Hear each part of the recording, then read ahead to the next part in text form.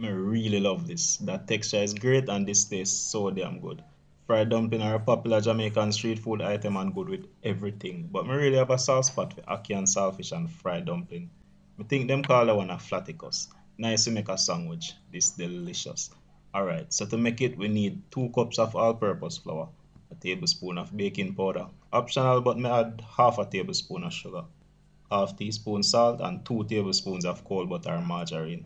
You can grate it, but I don't like wash grater, so dice I do it.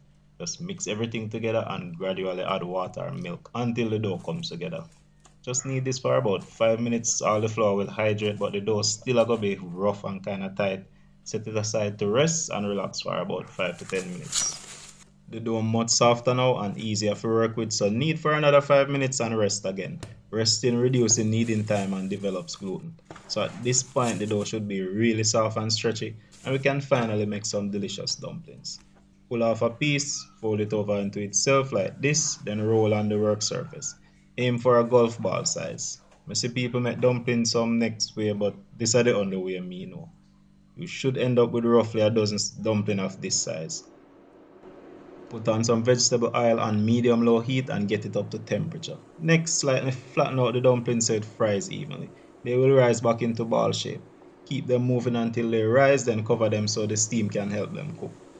Move them from time to time so they cook evenly. Total time in the oil should be about 8 minutes.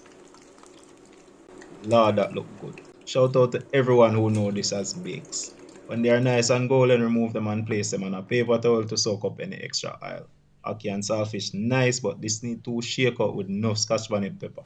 Or some brown stew chicken. Soft and chewy and crispy all at the same time.